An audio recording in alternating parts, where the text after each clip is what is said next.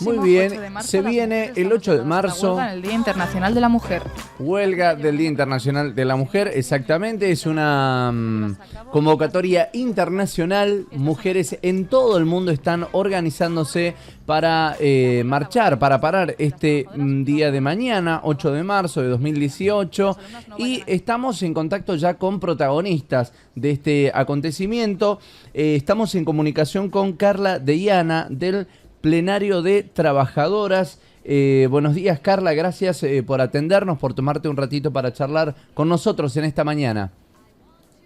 Muy buenos días, no, por el contrario, gracias por la comunicación.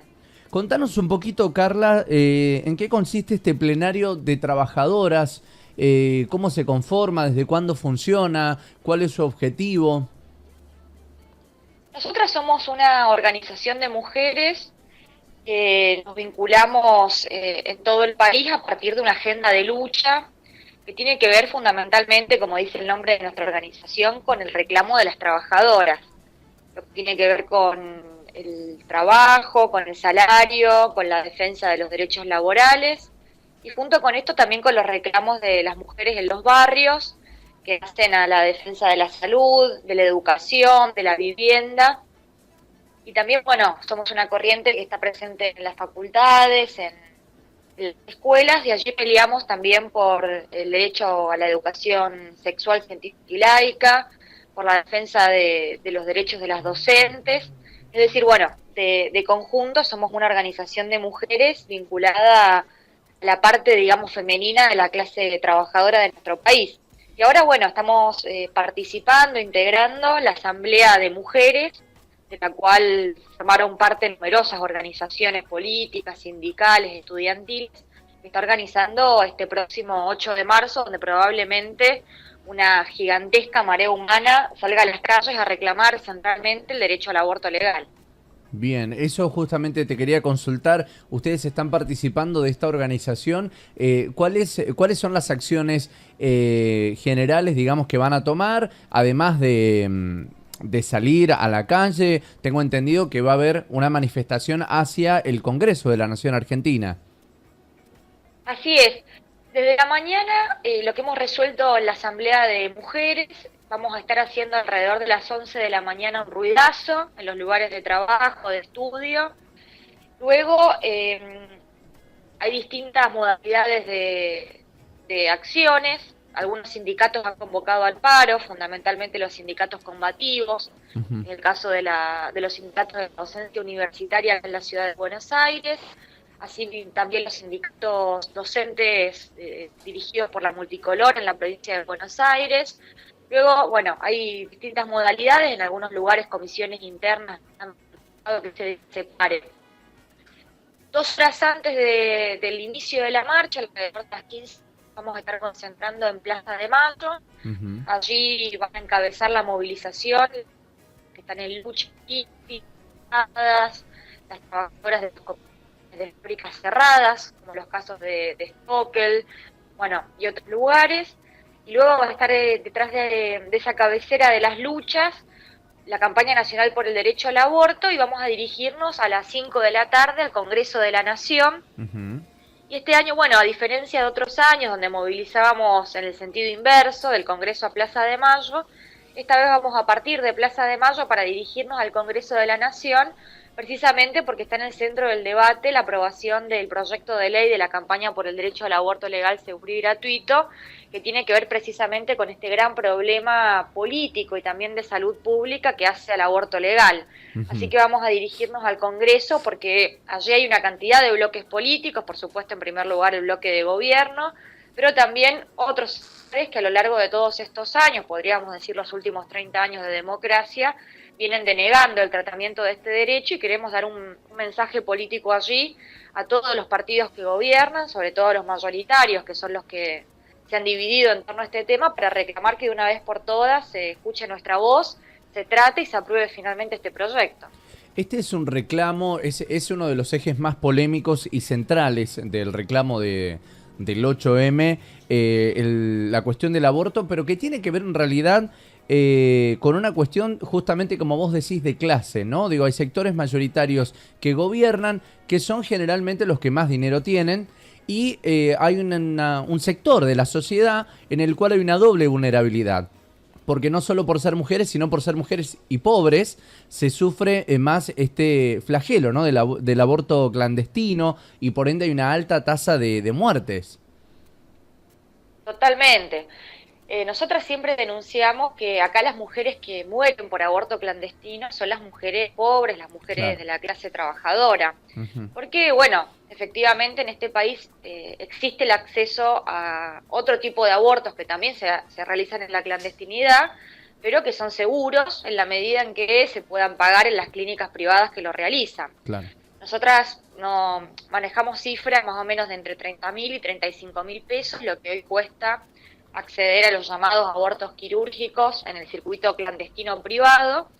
Y bueno, las mujeres que pueden acceder a esa intervención, como dije antes, clandestina pero segura, no mueren en el intento. La práctica del aborto es una práctica relativamente segura, pero las mujeres que no tienen ese dinero, mira, yo digo para hablar con franqueza, Ujú. nosotras somos una corriente de activistas, de militantes que vivimos con la trabajadora porque formamos parte de ella, y todavía hoy se realizan abortos tomando lavandina, con Terrible, orégano, con terrible. agujas.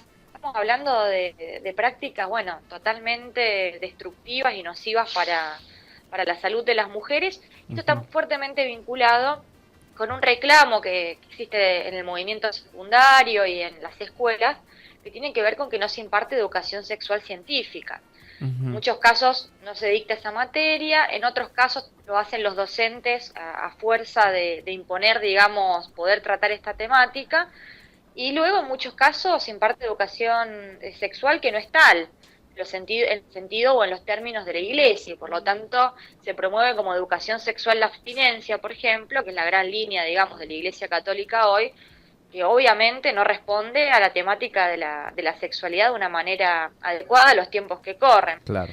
Y por lo tanto, estamos frente a un tema enorme de salud pública, porque no solamente están las mujeres muertas, que nosotras calculamos que son entre 60 y 100 al año. Digo, nosotras calculamos por los datos que existen del Ministerio de Salud, que al mismo tiempo me interesa señalar que son totalmente parciales, porque debido a la clandestinidad de la práctica estos datos no se conocen. Muchas provincias al mismo tiempo deniegan entregar esa información estadística al Ministerio de Salud de la Nación. Eh, y lo que quería señalar es que aparte de las mujeres víctimas, digamos, de la clandestinidad que mueren, también hay mujeres que terminan con serias secuelas, Claro. mujeres mutiladas, mujeres que quedan en condiciones muy terribles para proseguir su vida, y en muchos casos son mujeres que ya son madres. Yo quiero señalar esto porque acá se trata a las mujeres que abortan como asesinas, pero estamos hablando de algo muy lejano a la realidad. Acá hay mujeres que deben interrumpir su embarazo simplemente porque la gestación no se desarrolló en términos adecuados, en términos normales. Existe una cantidad de abortos espontáneos, se calculan que más o menos del 20% de los embarazos, ese porcentaje termina en abortos espontáneos, es decir, que simplemente el feto no pudo desarrollarse, no pudo tener vida ulterior. En otros casos estamos hablando de embarazos riesgosos. Ustedes, digamos, debemos considerar que el embarazarse no es un tránsito fisiológico sencillo. Ujú. Se disparan una cantidad de enfermedades, entre algunas mujeres, la hipertensión, la diabetes, que obligan en muchos casos a interrumpir el embarazo. Y bueno, luego hay situaciones de embarazo que tienen que ver con el abuso, con la violencia, que es una realidad muy extendida, que bueno, lo vivimos con el fenómeno de Ni Una Menos, con todas las denuncias en torno a la gran cantidad de violencia que hoy sufrimos las mujeres, particularmente nuevamente las trabajadoras. Bueno, y en definitiva en un cuadro de enorme precariedad laboral, de ajuste, de falta de vivienda, de salud, donde en muchos casos las patronales despiden a las embarazadas porque no se quieren hacer cargo del costo que significa eso. Muchas veces las mujeres deben recurrir a la interrupción del embarazo precisamente para poder seguir trabajando y manteniendo en muchos casos a los hijos que ya tienen. Claro. O sea, hay Por una lo tanto es cuestión una claramente problemática muy compleja, muy económica. diversa, Claro. y lo que nosotros estamos pidiendo es que exista educación sexual, anticoncepción gratuita y de calidad, y esté permitida de manera legal la herramienta del aborto en los casos en los que las mujeres deban recurrir a él por las razones profundas que fuesen. Claro, es un tema que tiene muchas aristas y debe ser abordado de una manera multidisciplinaria. No podemos simplificar el tema o llevarlo solo a un rincón y por un solo argumento o motivo descartar y establecer un prejuicio sobre una persona que se ve arrinconada, ¿no? Y llevada a una situación que está relacionada al aborto. Decime, Carla, algunas otras de las subconsignas principales que a vos te interesaría destacar de cara a este 8M, como para que la gente que nos está escuchando las pueda tener presente, porque el día de mañana va a ser un día de debate, un día de tomar conciencia, un día de conversar, ¿no? Por todos lados, porque va a ser el tema que va a estar en todas las casas, en todos los medios. ¿Qué otros temas a vos te parece que son súper importantes y que están incluidos como subconsignas para el día de mañana? Sí, totalmente. Mañana va a ser un día de mucha deliberación y creo que esto es muy sano, que podamos hablar de todos estos temas. Junto con lo que charlábamos recién, el otro gran tema que vamos a colocar en el centro de la escena política es el tema del ajuste y de los despidos. Ujú. Esto, bueno, responde a que precisamente otra de las grandes problemáticas que estamos atravesando la mayoría de las mujeres que vamos a movilizar mañana tiene que ver con el plan de guerra del gobierno, de los gobernadores, de los partidos políticos mayoritarios que están emprendiendo contra los trabajadores y donde las mujeres sufrimos doblemente las consecuencias de esto. Bueno, mañana, lo comenté al principio, van a encabezar la movilización las trabajadoras del INTI, del Posadas, Ujú.